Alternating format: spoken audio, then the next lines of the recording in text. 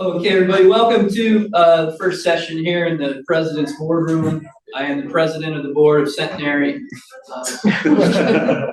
I'm Ryan Jiorle. I work for Musconetcong Watershed Association. My role and my goal there is helping people appreciate and connect to the outdoors, specifically focused on the Musconetcong River watershed, but of course we hope that it becomes a larger appreciation for nature. So I do the youth education, adult education, I lead hiking trips, I manage the hiking trail. So trying all the different ways, both formal and informal, of educating and connecting with people. So I have had a lot of different experiences working with school groups, scout groups, service organizations that we have here as our guests today. And the title of this, Building the Next Generation of Outdoor Enthusiasts, sprung out of that.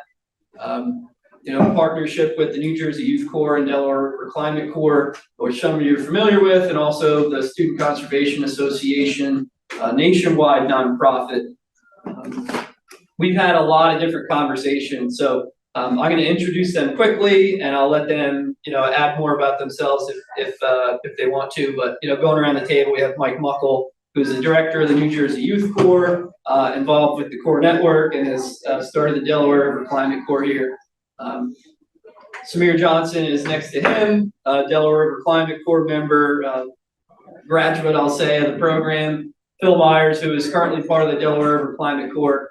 And then our other partnership that the MWA has had here, Pablo Galesi is the New York City, New Jersey program manager for the SCA. He runs all the crews in this area.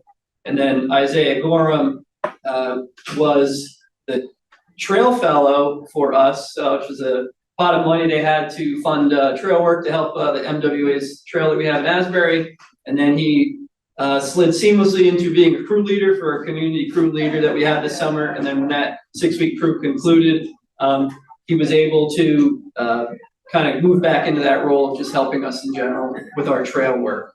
So those are the panelists. I'm really just the moderator here, but I just figured with Mike and Pablo specifically, I've had a lot of conversations in the past about why they do this, how they got into this field themselves, what they see as being the benefit of these programs, and whether it's that gut feeling or whether it's something you can put on a graph on a PowerPoint.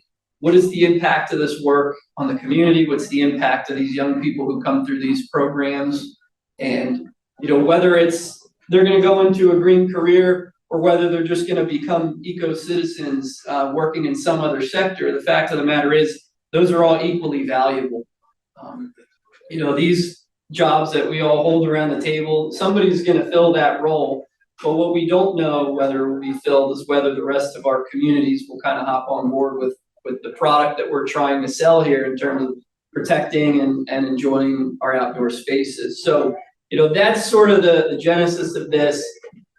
The conversation that we'll have today will hopefully get at some of the answers to those questions, but also for those of you who might see yourselves as desiring to form or enter into one of these partnerships in the future, how do you go about doing that? How do you go about contacting and beginning and maintaining that relationship in a way that's not exploitative, for lack of a less provocative word.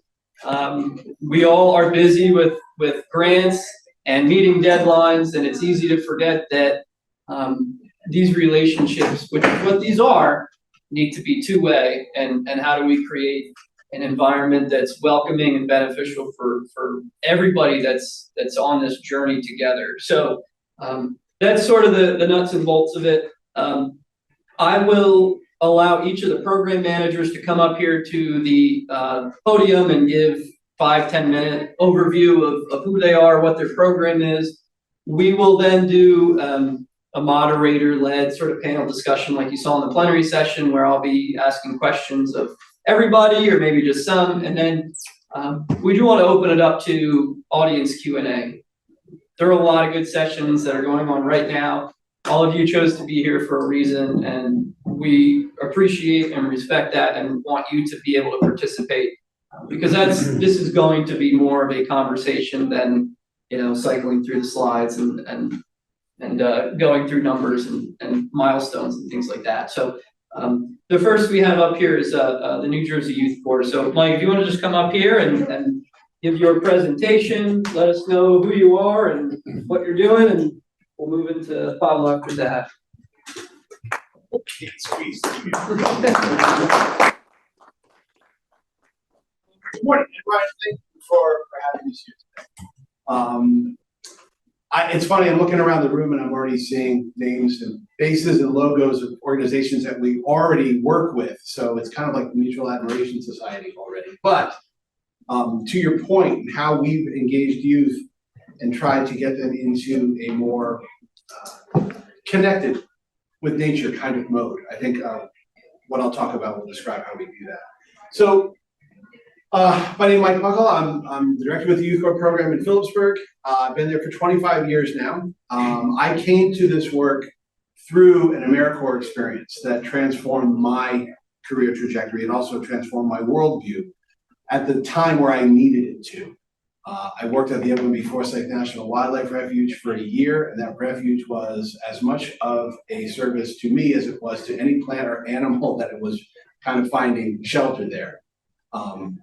And when I was offered the job in Phillipsburg, I wanted to foster the Youth Corps program to have a similar type of experience because I felt the power of immersing myself into nature and how it empowered me to just feel more human. So our program model is really was designed to address the dropout problem in the state of New Jersey. In 1984, the state leadership of the Department of Education had visited California Conservation Corps and saw what they were doing in LA and throughout the state of California and wanted to mirror that model back here in the state. So legislation was passed. We're now a line item in the governor's budget. We're supported by the Department of Labor and Workforce Development. And our program really stresses the basis of crew-based work so that it takes youth from a variety and diverse backgrounds and engages them in service on teams. So here's the keyboard in here. So we have 3 16-week cohorts throughout the year, and we have alternating days of academics and service. Academic is Common Core-based curriculum that teaches to the GED exam. So it'll lead to a state-issued high school diploma, the culmination of their experience. The service projects will mirror projects that kind of, at first we would do work anywhere that there was a need. But as our budget started to get decreased year after year, we needed to find ways to generate more revenue back to the program. And because we were doing some service-based work, some partners decided to say, how can we help support your work? And that led to our first fee-for-service project was actually at the Phillipsburg Cemetery. And we maintained a cemetery for a season, and that first $6,000 check was the thing that planted the seed for us to try to develop more and more. But we didn't want to just become a service organization. Typically, the term service learning is very important because it's embedded in the Youth Corps model. We try to mirror the lessons of academics in the classroom out in the real world on the work site. As many opportunities as we can set aside teachable moments, that's what we're trying to do. We also provide bi-weekly counseling session. That's a lowercase c because we don't have a certified counselor on staff. All the staff functions as a counselor in the same. We try to address those things that the barriers that youth may be facing, and to help refer them to services, and basically do a little bit of what we term hand-holding from one agency to the next, because the nature of the relationships that we build and the trust that's formed is essential in them trusting us and believing in what we're telling them is the right thing to do. That leads to the individual success strategies. And that ISS form is really something that guides you through the program. Those goals will change in the very way that Samir may tell you how his educational journey may change, because once you get into college, you may change your major. The same thing within Youth Corps. You may find something that you discover that you didn't know you wanted to do. And that largely will be determined by vocational assessments we do at the beginning of the program. So we serve 16 to 25-year-olds. Termed opportunity youth, there's always a buzzword that goes around, and that's the latest one that defines the population that we're working with. All our youth are not enrolled in school. Some of them do work, but they're not fully engaged in the employment market. And all of them have a varying set of barriers to their success.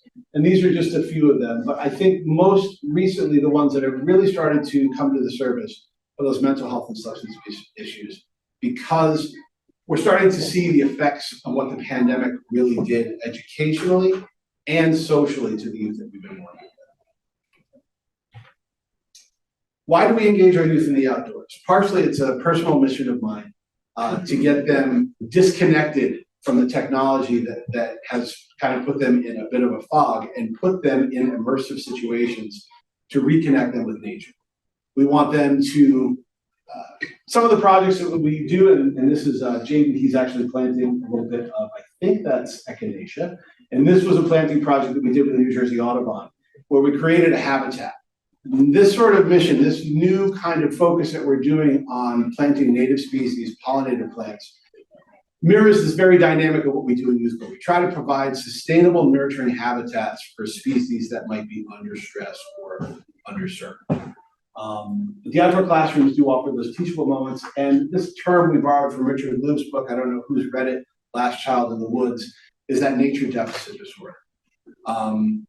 When I was a kid, there was a lot of unstructured play we did out in the woods, and we kind of learned how to test boundaries and test our risk assessment at that time. We see that kids are finding in the recreational areas that they have, and these are very structured kind of environments. And we like to kind of put them out in areas that don't have defined activities, where we can go in and maybe blaze a trail through somewhere, and the satisfaction of just turning around and seeing how far they've come is part of the value of that work. Through a study that was done through Rutgers, Dr. Nathan Schulman did an assessment a few years ago with our youth to try to determine the changing attitudes that our youth have through doing the service work. Because we were trying to get our young adults on career pathways into the green sector. And we were finding that the work wasn't changing their career trajectory, but it was making them better ecological citizens. And that was an unexpected outcome from that. But that's why we continue to do it. This is Tess and I think Will examining the beehives that we had out at our farm, and that we loved using beekeeping as a metaphor for studying teamwork, matriarchal societies, and also teaching them about sustainable agriculture. So the effectiveness of the program, and David, our program coordinator, so David, do you want to just say hi to everybody? Hi. David joined our team about 5 years ago, and he has really been an asset. He brings a wonderful mindset to the program, and we really, our program has improved because of his view and trying to take these into consideration. Statistically, these are all born from some of the data that David has been collecting. 85% of our program participants will successfully complete the 16-week program. That's based on attendance and participation in certain aspects. They have to, service hours they have to do, what is it, 140 total? 168 is the number in the grant. That's more complicated. David knows the grant. So 90% of our program completers will receive some sort of positive outcome in placement post-core. 98% of those youth entering at high school literacy or numeracy levels will pass their test. And I believe this number may have gone down within the past year, but only because I think we had a couple people that didn't take the test. They may have left the program prior to that. And since 1998, we've provided over almost 300,000 hours of service to our community and our state. And that's valued particularly because on a return for investment for our program, we're probably giving back about, probably 56% return on investment of public dollars in service alone. That doesn't account for the potential economic power that someone has to earn money once they get their diploma. So as we were trying to develop more programming for youth for our successful core members, the opportunity to participate in the Delaware River Climate Corps initiative through the Core Network and William Penn funding put together our program the first year. This is our charter group, our dream team, which we still refer to them as, the Delaware River Environmental Ambassador Mentor Team. We envision our successful youth corps members giving back to the program that they got so much out of by becoming mentors and leaders of current cohorts. And it has been effective, but we need a little bit more, I think. We want to try to put more credentialed trainings within that experience so they can walk away from it, having a credential in their pocket, showing that they've earned, some sort of measurable skill gain over the time that they've been with us. It is a paid experience, and it does focus on all those climate resiliency issues that we mentioned. And that's an easy connection to make with most of the conservation work that we're doing already. So these guys would want me to tell you that they're on social media as well. But we have access to all this stuff. And I think what I like about our social medias is that what you see is what you get. Largely, our recruitment base is coming from what we're putting out there online. And when you hear that the program was exactly what they saw online, it just is validation that you're sending the right message to get things out. So that's my presentation, but we're going to introduce Pablo. Yeah. Because we have intros for these two young men from Newport here that they wrote that they're going to want me to read too. So I don't want them for their work to go to waste. I have to read that for you. So thank you. I'll even start with the video.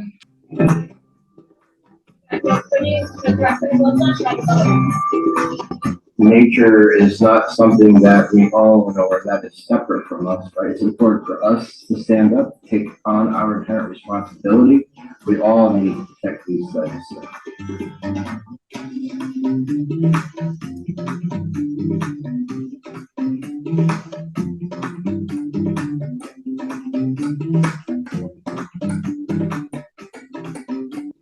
We're working on a 1.8 mile section of the trail so that visitors can be on a clear, open corridor.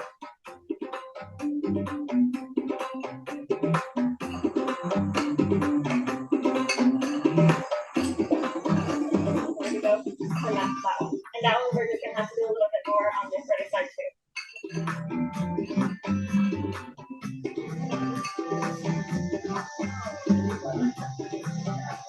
I've learned how to actually use tools, and it's just more hands-on than a classroom. I'm Brown Polinape, and I just feel honored to be able to come here and clean up. It's rewarding to see the stuff done that we accomplished.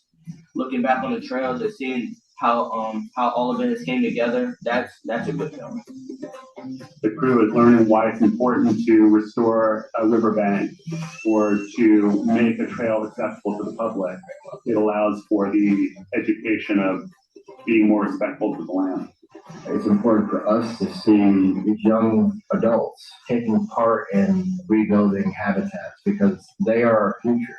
I want to major in environmental science and sustainability. I want to be able to use what I'm passionate about and help others.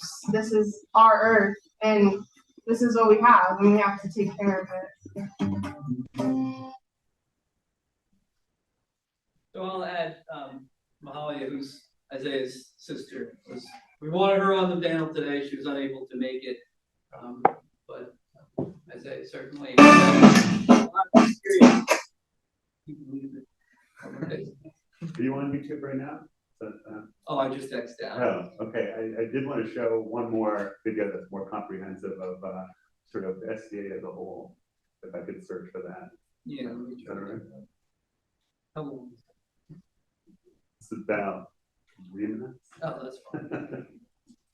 Yeah. Just type in the Student Conservation Association.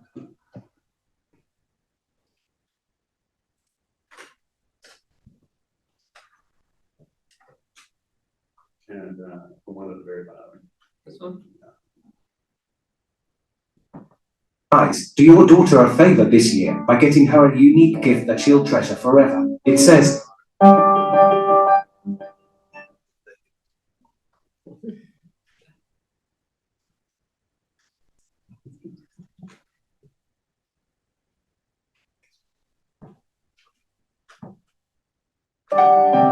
The Student Conservation Association empowers young people from all backgrounds to plan, act, and lead as they protect some of the grandest places in America.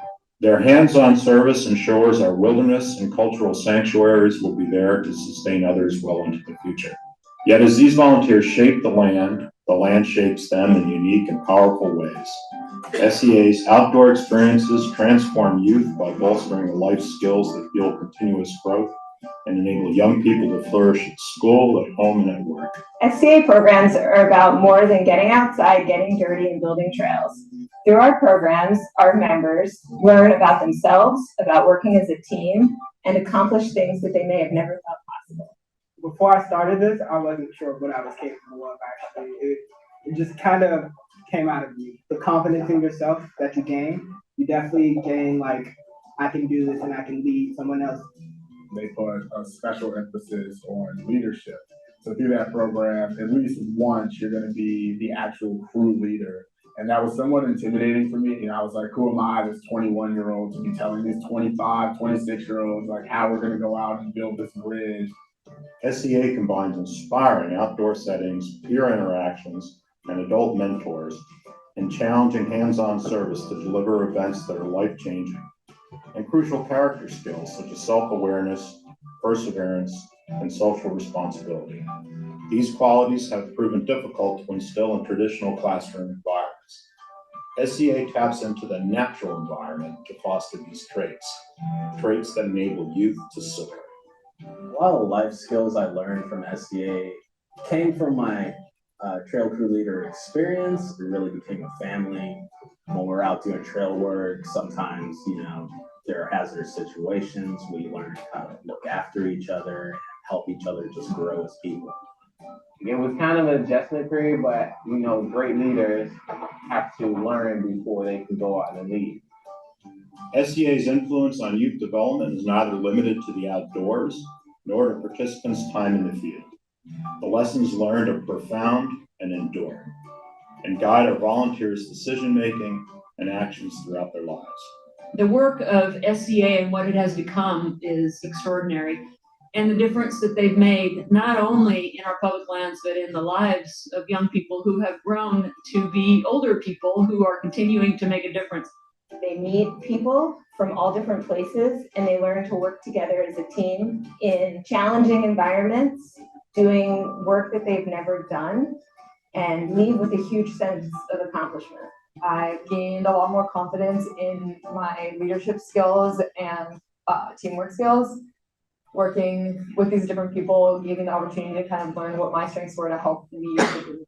Who knew the great outdoors could move young people to discover an inner landscape they never knew existed?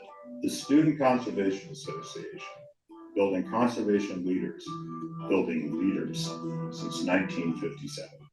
The young people that volunteer for the Student Conservation Association will become our future leaders. They will become our elected officials, and they will care about these places that are so important to us, and that's why it's so important that they get out and engage.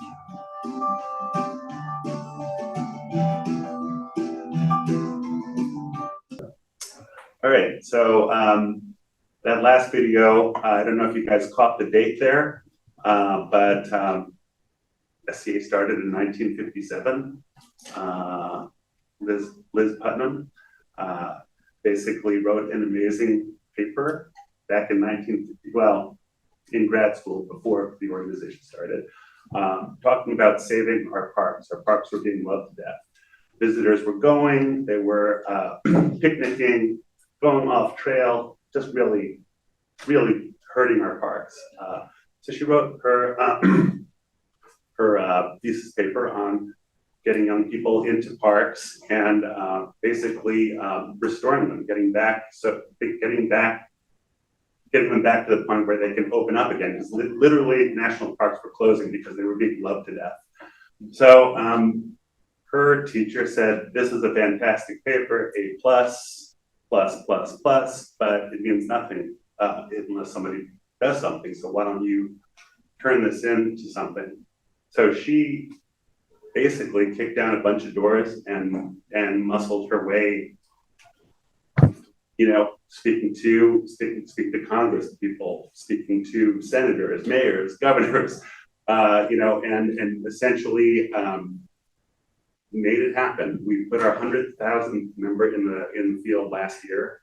We're approaching 70 years of different kinds of programs, from internships to core programs to national programs.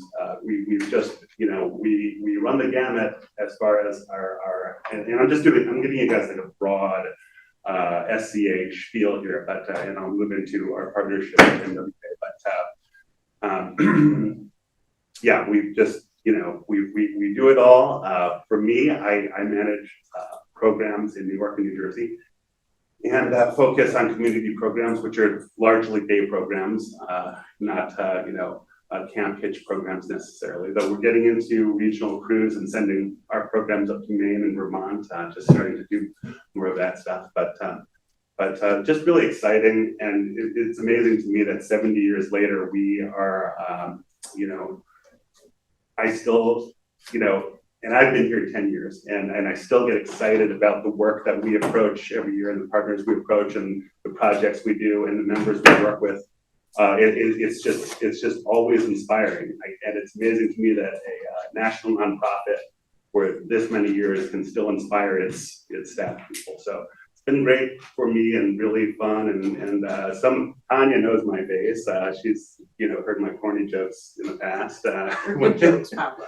And I repeat those corny jokes, but yeah. So essentially, like an amazing organization, and that their mission to empower the next generation of conservation leaders. We really hold true to that. And how we do that is the continuum. We like to grab members when they're fresh-faced, looking for their first job, and say, hey, we have a 6-week position for you, for example, and you'll be working in parks, and you're going to be getting a paycheck every 2 weeks, and and they get excited about the money and the games they're going to buy or the shoes, but they get hooked around midway through when they see their first project get done. They did a retaining wall or rock steps or whatever it is, and they can see their work come to life and see why it's important. That's the hook.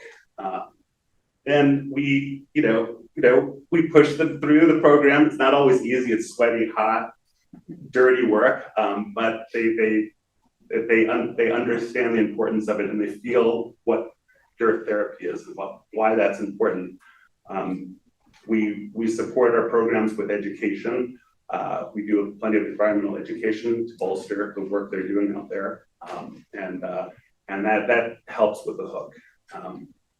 So, like I said, the continuum is hugely important. So what we like to do is have our members come in first year.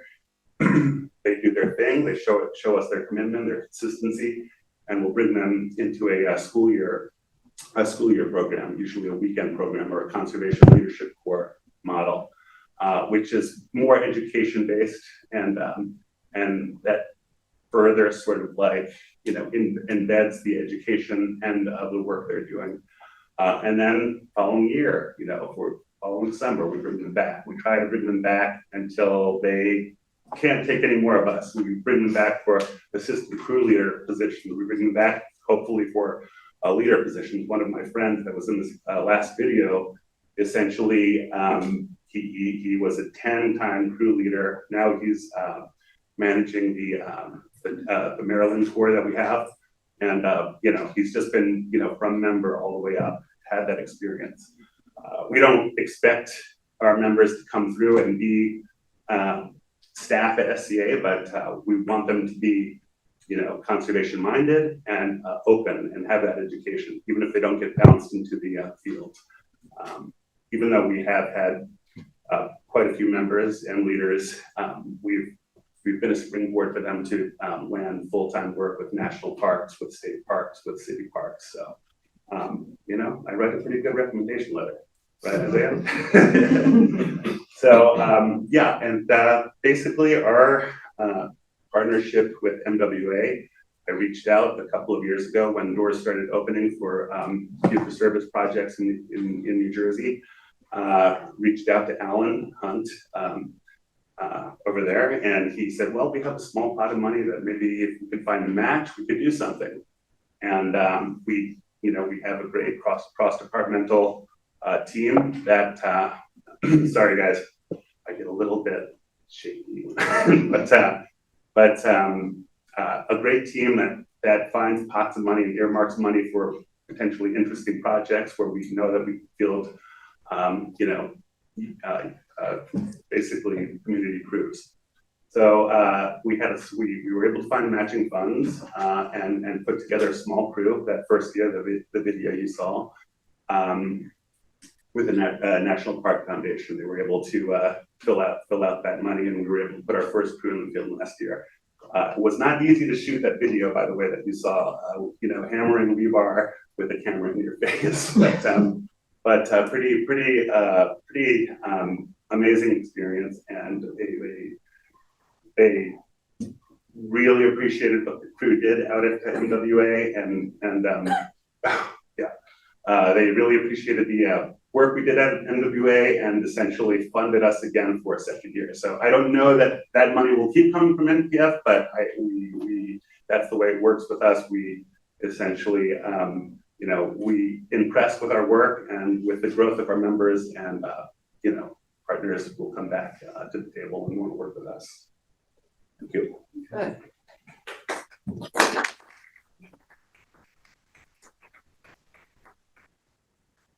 So appreciate the introductions that we've gotten here. And so now I'm just gonna open it up. Like you said, we got introductions for the crew members, and I think I heard from the program managers. I know some of you are maybe here to learn about partnerships. Some of you just want to hear what the youth have to say about their experiences, and so we'll move into that. Samir and Phil and Isaiah will let you guys do whatever introduction you want, as much or as little as you want to say. And you can do it from sitting down. You don't have to come stand up. When the guys were asked for their bios, I think the first time they were actually had to sit down and reflect and write about themselves, which can be kind of challenging. So what they came together, what they sent me, I have to read to you because they worked on it. So first I'm going to introduce Samir. Samir Johnson is an 18-year-old young man living in Easton, Pennsylvania, and he came to our Youth Corps program from leaving school because he was dissatisfied with the environment. Believing that his education was absolutely essential to his success, he enrolled in the Youth Corps in 2022. Obtaining his diploma didn't come easy, but after buckling down, he achieved his goal. The work ethic he demonstrated on our projects and in the classroom earned him the respect of his fellow Corps members and staff. He was always willing to learn something new, embracing each new opportunity presented to him. From surveying for wood and box turtles to engaging in an entrepreneurial program collaborating with youth from all over the world, Samir approached his work with curiosity and determination. A third-generation American, he is the first of his family to enroll in college, where he's pursuing an associate's degree in business management at Northampton County Community College, and has also started the campus's first club dedicated to Islam. So welcome, Samir. Thank you for coming tonight.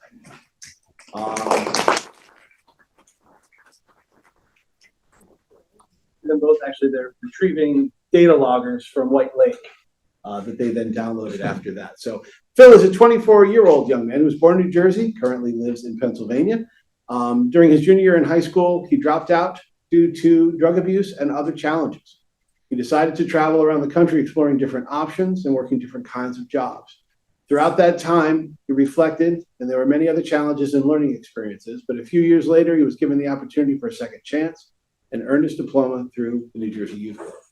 Upon graduation, he was presented with the opportunity of participating on the Phillipsburg Climate Corps, and he chose to join because of his experience with and love of nature. He has a strong desire to help maintain the beautiful environments around him, and he also wants to help new students who might be facing some of the challenges and obstacles that he himself is still experiencing to this day. His love for people, and I have to say for music as well, because we'll often have guitar or ukulele music being played at lunchtime. But his love for people compels him to offer guidance to anyone who is looking for a fresh start in life. Thanks, Phil.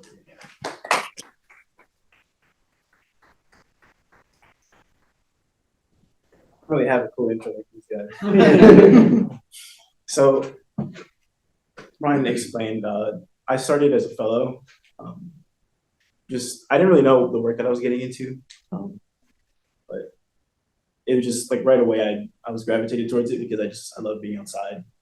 And at Musconetcong, it's very important to me because that was my ancestral land, because I'm Ramapo Lenape native. So I felt it was important for me to sort of give back in a way to my ancestral roots or what it may be. But yeah, so I was a fellow, and then I became leader, and then I'm back to the fellow now. So that's what And I guess just oh yeah, go ahead. I was I just wanted to say that Isaiah, he had, I called him up. His sister was on the crew. You saw her in that first video. It was exciting for us to have Ramapo Lenape on their ancestral lands at MWA. I urge everybody here to get to MWA. I think it might be my favorite piece of property in New Jersey. It's gorgeous. Yeah, just was such a solid fellow over there helping them twice, 2-3 times a week, if not more, just working on the grounds, but slid into the leadership role. This summer, his co-leader had the worst case of poison ivy ever. She couldn't be in the field. She was getting poison ivy from the wind, like it was that bad. She was able to catch it just being near it. So basically had to, support the crew administratively, and Isaiah stepped up and led the crew pretty much single-handedly for the whole summer. And it was great for him to have that, knowledge of the land beforehand, and then lead the crew just so confidently without that extra support. I mean, she supported, but she was in an air-conditioned office. But in any case, Isaiah did a great job. And he's still with us, managing grad school. So something I just wanted to ask, based on the bios, which I've heard, is a question for the crew members. Had you ever had a job like this working outside before, or did you ever have any hobbies that took you into these types of places, or was it your first experience out in the woods, planting trees, stuff like that? It was my first experience. Phil? I was always a hiker. Like I traveled the country after I dropped out of high school and stuff. So I just went and saw a bunch of beautiful places and things like that. I never specifically had a job though that is like this one. And I always say it's my favorite job that I've ever had so far. There's so much involved in it. But yeah, I've never had a job like it. I saw all those beautiful places, but I never thought to myself, who are the people who maintain these places? What goes into all of this? That never crossed my mind when I was out there exploring and on these trails. But when I finally did get a job like this, now I understand what really goes into it. You know what I mean? Yes, I learned that too. It's a good job. Yeah, you get trail eyes, right? You start to see, Absolutely. Good trails versus bad trails. Yeah, absolutely. Zay? So I never really did work like this before, but the most I ever did was mow my lawn, I guess. This is definitely a step up. So has there been any, so Phil, it sounds like you've kind of been in different positions before. Isaiah, Samir, not so much sure, but have you ever had any jobs before this, and how did it compare, the pros and cons of this versus some other experience? My first job, I was a busser at a restaurant. And I was working a lot of hours. So coming to this job, all right, to put it out there first, you mentioned the poison ivy. Mm-hmm. I'm allergic to everything outside. I had to wash with soap in the middle of work sites. So at first I was kind of but I fell in love with nature. But I was a busser before I came to this job. So I never thought I'd be here doing outdoors work. Isaiah, anything kind of experience you had before this, the pros and the cons? So I was a camp counselor for a few years. So when it came to leading, it came pretty easily. But working outside wasn't really necessarily anything that I'd done in previous jobs. So. And you've certainly learned the hazards of it, but and just being outside is, like Phil said, and like we heard in the plenary, somebody's got to do it. And for someone who appreciates hiking in the outdoors, it's definitely gratifying in a way, because you learn what goes into it, and you Sometimes you enjoy it more because of it. Sometimes, as Pablo said, you see, oh man, this really needs to fix the drainage here, something like that. So, getting more into the how this has influenced you or affected your life. For the core members again, has this changed your career goals? Has it changed hobbies? What has been the impact for you? Give me some time to think of it. Yeah, it's had a very, very large impact on my life so far. When I was young, I got into I was a lot of substance abuse when I was younger, like 14, like 20 years old. I was just, who knows what I was doing? Who knows where I was? You know what I mean? But because of that, I ended up dropping out of high school and learning a lot of different things. I had a few different jobs. I ended up being a manager of a restaurant, so I learned some leadership skills there. Everything happens for a reason, you know? And eventually it led me to New Jersey Youth Corps, and I heard about it like word of mouth. Heard about it from a friend, and they got me involved, and they said, if you don't go, I'm not going, you know? And that opportunity led me to get my diploma, and I've always wanted to help people in some way. I always had that in my heart. So I wanted to help youth or people who were going through similar things that I went through and help them in the way that I've been helped. So finally getting this job and landing in Youth Corps has made that possible, at least a start, you know what I mean? And it's a beautiful experience to get, because New Jersey Youth Corps is really unique in that way of, it's all of the people who dropped out, you know, the ones who didn't make it, people who need a second chance, the rejects, whatever you want to say. And like, I'm part of that group. So getting to help them to have a start of a better future really is just so special to me. He worked in the tagline there. I'm proud of him. Yeah. The motto of the New Jersey Youth Corps program is to start a brighter future. Right, I want to ask you a question just really about those opportunities in which you're engaging with other youth. One of the missions of our Climate Corps was to really get them in positions to give back to the program. Recognizing my own antiquity, I'm not being able to be an authentic source or even a credible source sometimes when working with youth. And having these young adults step up into those leadership roles is absolutely essential into the overall program success. I mean, one of the young men in the video had said, you know, how can you be 21 and tell a 26-year-old what to do? I think that this younger generation has a lot of that figured out that we as program managers may think that we know. But when we asked our members for advice in crafting programming and being youth informed allowed us to develop this aspect of what we're doing. And I think it's reaping benefits from not just the young people that are doing the leading, but those that are being led as well. I know the question was how it changed your views, but I think if you could speak maybe a little bit more to stepping up in those leadership roles, that might be helpful. So for me, it had a very positive impact on my life. So like as mentioned in my bio, when I was in high school, I had absolutely no goals, nor I didn't have the support or the push to even, you know, try to figure out what I wanted to do. And when I came to Youth Corps, it was like an adventure. You know, every week it was something new. There was days where I would wake up happy because I knew where I was going, but there was some days where I was like, this guy again. Gotta go to the MWA. It had a very positive impact on my life. Did you get an Auburn?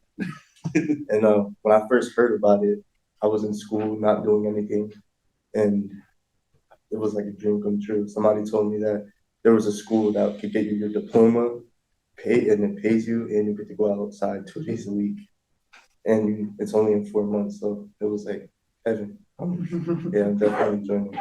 So I joined and I got a leader. I grew like leadership. My communication got better, and I got more social, you know, the world. So I had a very positive impact.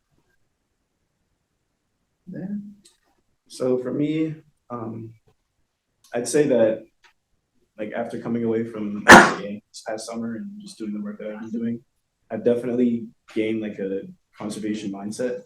So like wherever I am, I'm always trying to like clean something up or improve my yard or remove like invasive plants in my backyard or whatnot. But so yeah, it definitely shaped like how I view just my close community and how I want to maintain it, make sure that it's, you know, like able for people to live in, you know, I think it's very important.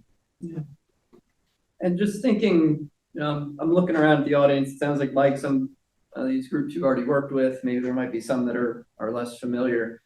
You know, to try and get, hearing the plenary kind of got me on maybe some deeper questions. And you know, I was talking with Isaiah and Samir and Phil.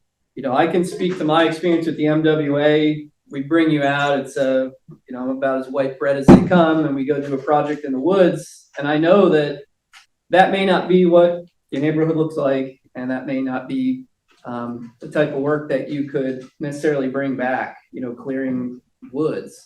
So do you feel that these programs, you know, as Renata had said, are they preparing you to be able to go back and do this work in your own community? Or are there things that you see in your community that you wish you had been equipped with that maybe these programs didn't have room for growth? Yeah. Going through this program has equipped us for going back to our community for sure. For example, I was wearing the Youth Corps hoodie the other day, and I was in my neighborhood, and I was at Wawa or something, and some guy came up to me. He was like, "Wow, I've seen the work you guys have done. Like, I've seen you in the parks. I've seen you downtown doing work at Chappelle Park and things like that."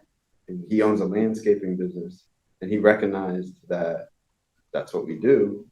So he was like trying to recruit me, you know. But that's cool because people recognize that we do get those experiences, and they see that, and they find that valuable. So we do learn a lot of valuable things, mostly in the landscaping areas. There's a lot. I think all it takes is doing one litter sweep along the riverbank or down South Main Street for them to be mindful of never letting a piece of trash go ever again. Not to, Pablo, I think you were going to say something. I'm sorry. Oh, no, I wasn't.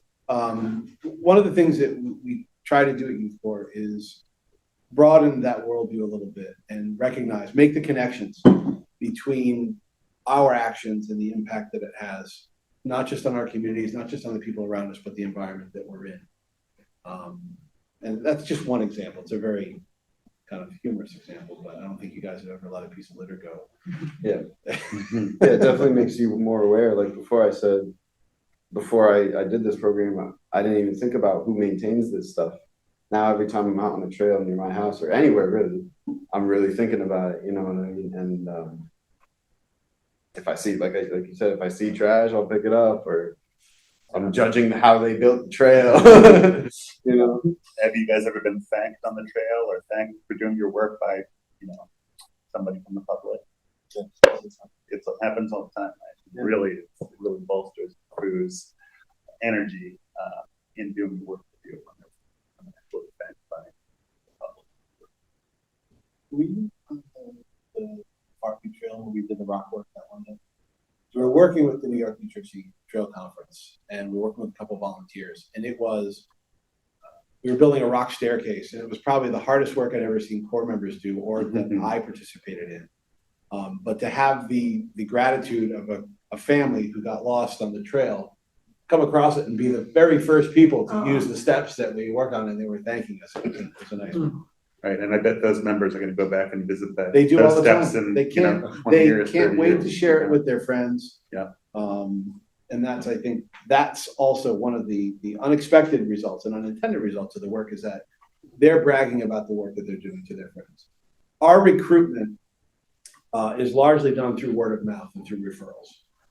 We've incentivized it a little bit with maybe a little cash award, but I don't even think we need to do that because these guys are the best ambassadors And I'm sure Isaiah, you're the same way when it comes to the SCA, that's such a recognizable brand and a national organization. Their experiences are worth bragging about, and they're worth talking about. You know. Ask like a final, maybe two-part question to the crew members, and I'll talk to the program manager a little bit to round out our section here. But, you know, Phil, you said friend kind of made you come, right? Hey, if I'm not going if you're not going. When you guys went through these programs, SCA, Youth Corps, did you feel welcomed for who you were? And when you think about the other people who might, your peers that are back home, do you think they would be interested in this? And if not, what would the program need to have that broad appeal if it doesn't have it already? I was terrified my first day. As soon as I got close to the building, I wanted to turn around, but it was Mike. He had a smile that was very welcoming, you know, and it's like nobody left behind. Like, that was the mentality. Like, I felt the vibe when I walked in, you know, and it was just very welcoming. And then I seen a lot of people that I knew previously when I was in like high school, so very welcoming. And you said, you know, I'll just say for Isaiah and Samir, being person of color, that the diversity of the class helped you feel more welcome, right? You've been to places where that wasn't the case. And yeah, I didn't really pay attention to that though. Like, you know, I just went strictly with the mindset of going, you know, and fixing myself before I looked into what was around me. You know, I went there with a mission, you know. So. Anything else you guys want to add? I mean, did you feel welcome in the crew, and do you feel like this is something that people you know would be interested if they knew about? I definitely think more people need to look into doing work like this. Just having the mindset to want to improve what's around you, I think it's really important for people of color, especially because where they live is not necessarily the best in like lower income communities. Phil, your experience with your peers, I mean, is this something that you think has room to grow? Will there be demand for it? Yeah. Yeah, I think one really special thing about the program is each class that comes in becomes like a really tight-knit family. And that's so important. So from what I see, people do feel really included because they always become very tight-knit. At the end of each class, they're saying that they're all brothers and sisters, you know, they're family. And even after the class leaves, we try to stay connected with them when they go back to their communities. So personally, I try to stay connected with people too.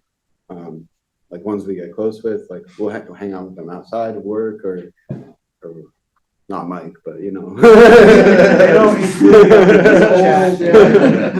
I want to be part of the group chat. But yeah, like we'll form like a community in that way, and we'll all become like a family, which is, I don't know, it's beautiful. I appreciate that, and just getting to know these guys and their story.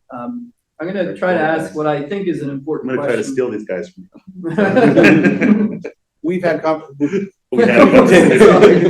So, Mike and Pablo, I want to ask you one question that I hope will be very practical, but just quickly, if you could.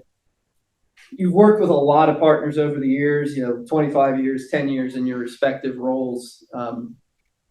Are there good ways that partners have approached you and maintained a positive, mutually beneficial relationship, or are there pitfalls that potential partners should avoid when working with you and working with your crews? So yeah, I mean, luckily SCA has been around for a long time, so the reputation is out there. It's known about. So as long as I can speak knowledgeably about our programs, our local programs, our reputation luckily has spoken for itself. But for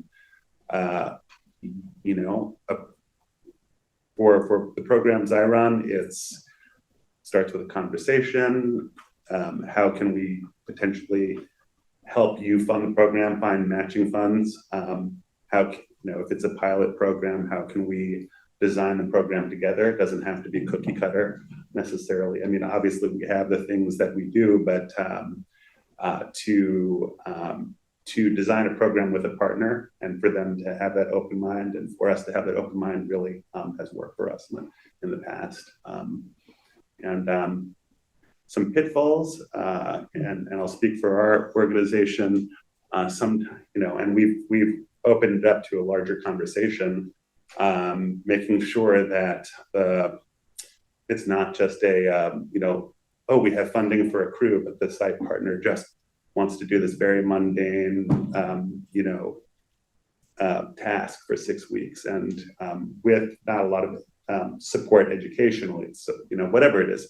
I know invasives are important, but 6 weeks of pulling mugwort doesn't really help grow the heart for a young conservationist. Especially when it starts growing back at the end of the program. Yeah. So we, as an organization, we like to say, it's okay to say no to projects and to partners if it's not going to hook the members we're trying to hook.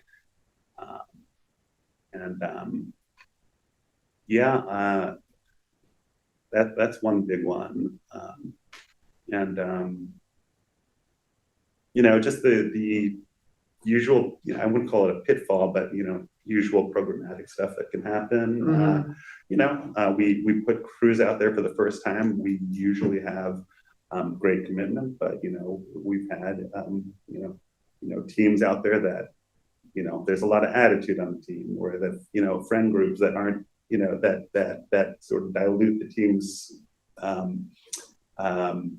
effectiveness, and the partner sees that, and that's that kind of thing where it's just sometimes programs don't run as smoothly as most of the time they do, but sometimes we have those. So everybody's eyes are wide open when going into a partnership. That's, hey, this can happen, and how can we support a crew to be successful?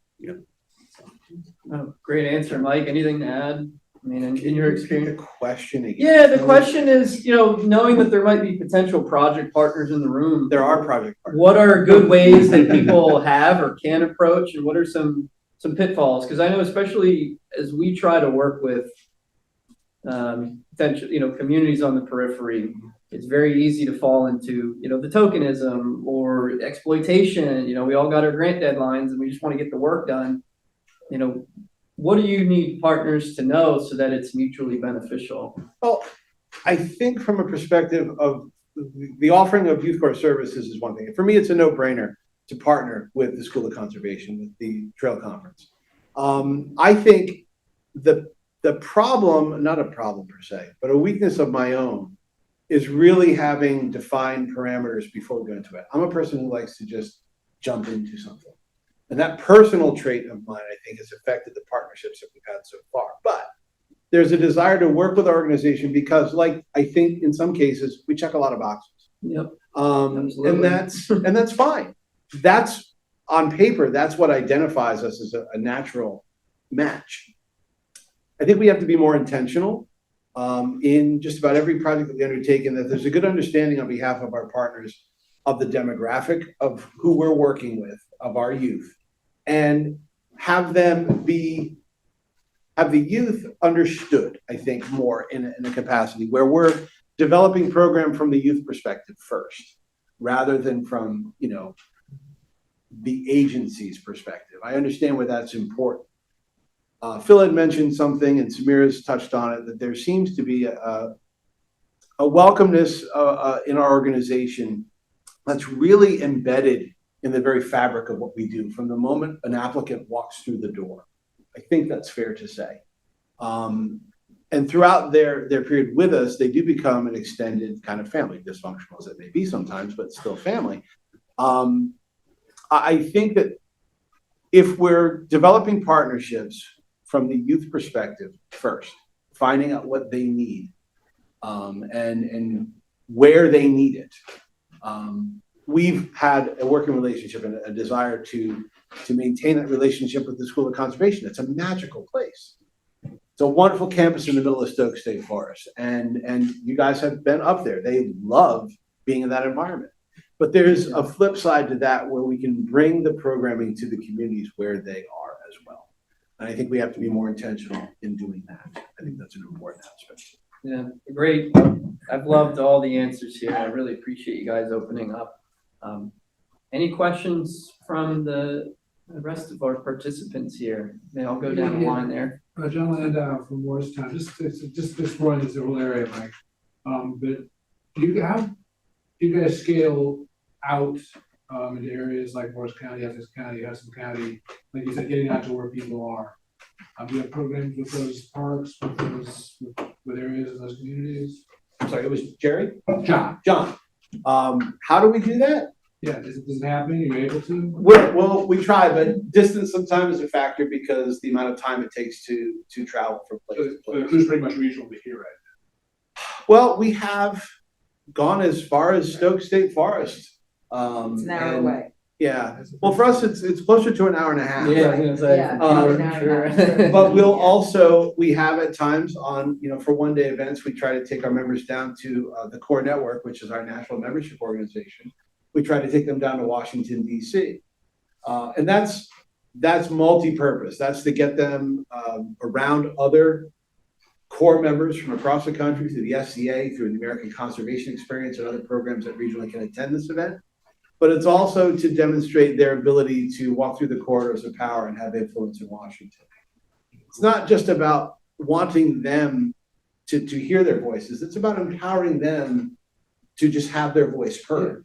And that's very different from providing a space. And I think for them to be heard is one thing, but I think what we're trying to do is also empower them to go into those places to be heard. I think it's awesome. I really respect what you guys are doing. The crews in particular. I'm just wondering how to replicate that. I can look at Morris County schools, some of the communities in Morris County. I can imagine the central thing being built there.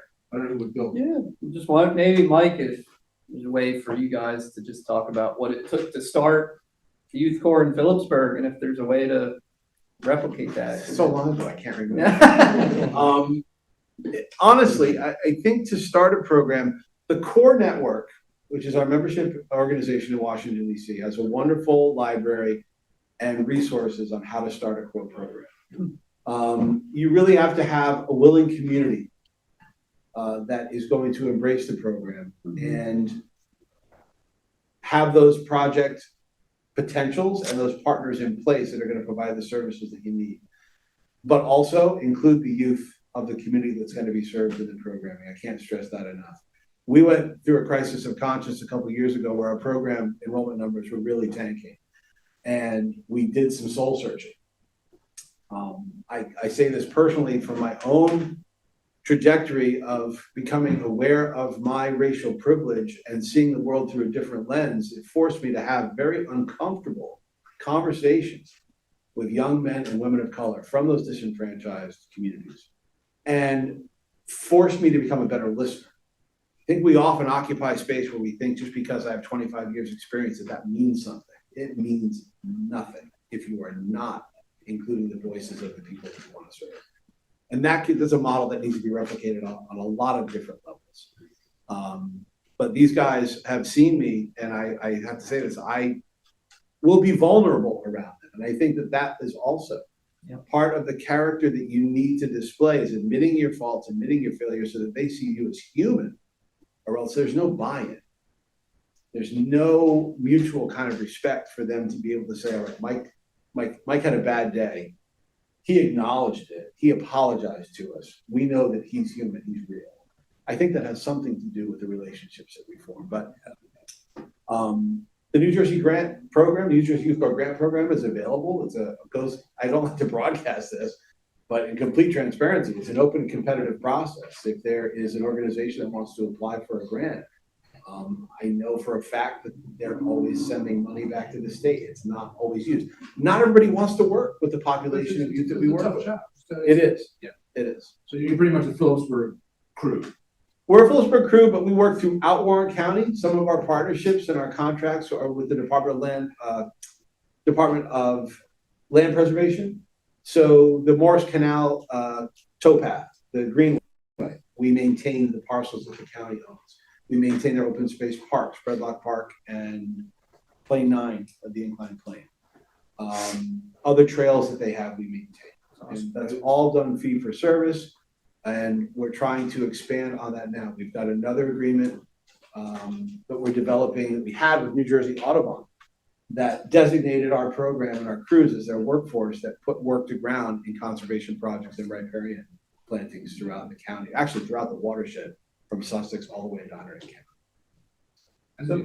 We got, we started a little bit late, but I just want to acknowledge we are at 11:30 for those of you who need to get to the bathroom or whatever, but if you're willing to stay and ask questions, I know we'll definitely willing to stick around. So I know, Tanya, you had your hand up.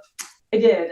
So I'm Tanya Silkowski. I'm the Director of Education at the New Jersey School of Conservation, and I've been lucky enough to work with Mike and his crew at the School of Conservation and at Merrill Creek Reservoir. And I worked with Student Conservation Association, and I ran an interesting program at Duke Farms when I was the manager of education there. And I'm interested to hear from the crew members. One of the challenges from a program manager perspective is always program assessment, right? Like, how do we know that the program that we're designing and working with students to build is successful? And Mike shared some great metrics about next steps for his core members, and Pablo's talked about, you know, some opportunities for growth in SCA as the members move up through the program. And I know from my own experience, you know, not all my kids went to college, but maybe they vote differently, or maybe they're better parents because of the programs that we've worked on together. But I'm interested to hear from these core members about the things that you've noticed in the programs that you've participated in that help you know that the program is successful, you know.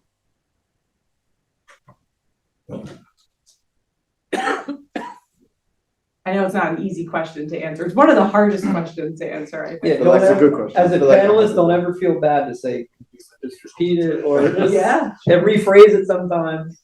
I feel like I have 1,000 answers. I just can't. I'll catch you later.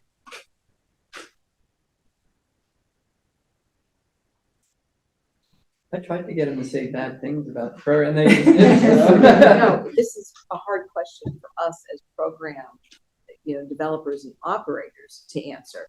And so Tanya is asking the question of kind of recipients of programs that we think we're developing that are meeting needs. And we genuinely need feedback so that we know if we're doing it right, because we want to get it right. That's right.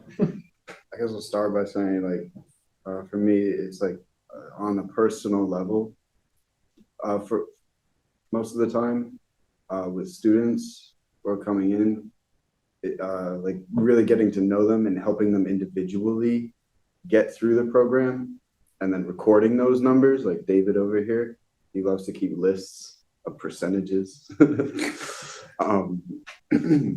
But to get those high percentages, like, what do you need to do? I guess is what you're asking. And one of the biggest things I think is being personal with them. Working with each student individually, helping them get through not just the program, but helping them with life in general. Yeah, to start. Phil, I'd just like to add, because I happen to be very good remembering people's names. And David said, you know, I'll go 3 months without seeing core members, and just when I say, hey, Aiden, how's it going? You know, people are just like surprised that I know their names. And they say, oh, I'm terrible at names and faces. Make the effort. It's like Phil just said, it matters to have it to be person to person. And that's the first step, is just like, hey, I remember you. And, you know, just say, oh, thank you for your work, but show it in addition to saying it. That's something I've seen be appreciated. Right, I'll just add one thing to that, Tanya. We've been doing this for a long time. I think, Phil, not trying to take words out of your mouth, but it's the development of those relationships, the individual relationships where you're meeting them where they are and equitably giving them what they need. 2 weeks ago, I reached out to one of our former crew leaders just because I hadn't talked to him in a while. He worked for us 15 years ago. simultaneously, while texting him across the table from me, my wife was getting a text message from the very first student we enrolled 25 years ago, who was experiencing a moment of crisis in his marriage. I won't go into detail. But next thing I knew, I was on the phone with him. So there's a longitudinal aspect to the relationships that you're beginning with that don't have this 3-month or a term of service, right? It doesn't end, it's not bookended by dates. If you're looking to transform a life, you need to be part of it. And I think that that is fundamental with my staff. They all have, they've got skin in the game. They're invested, and you do run the risk, and occasionally doing the work that we do, of maybe experience some secondary trauma, because what students will choose to share with you sometimes can be, it can be jarring. And if you're invested, you're going to feel it. You're going to process it in a way. And I think that makes you a little bit more authentic in your approach. Samir, Isaiah, anything you want to add about what made your program successful, or what could have been done differently? We all want to hear if something could have been improved upon. I can agree with what Phil said. Like, I really think the personal connection between everybody is like what makes everything, go the way it does in the program. Yeah, I can definitely agree with what Samir just said, but I think just right away, like Pablo and I just hit it off pretty early. I think so. So just made it easy. Yeah, and I think those qualitative things are easy for us to see as we're administering the programs and building relationships with students that, I still keep in touch with some of my students from 15 years ago too. And that's the stuff, that's why we do the work that we do, right? But it's interesting, you have these ideas about developing these programs, and in your heart it's going to work, but then, thinking about what the long-term assessment looks like is a different piece. Like, how do we measure that over time? How do we demonstrate to funders or other partners that, our programs are successful? That's a separate question. No, when this Climate Corps program was envisioned, I had an idea. What it is now is something different than it was when it started. A lot of things didn't manifest the way that I had envisioned it. So being adaptive to that change, and then, also I'll say this, listening to your staff, because there's always going to be a team member that has an interesting perspective. And then I think my job really was to just get the hell out of the way and let them have the program become what it could be. Yeah, I feel like also being able to change it up on the fly, not you'll know if a program model isn't working, and I always say feel like sea kelp, like move with what's working, and be like water. Just have those conversations with the members, with the leaders, with partners. How's this going first week or two in, and what can we tweak to make it even better? And just being able to do it in real time instead of like talking about it after the fact and after a program crashed and burned. So, just making sure that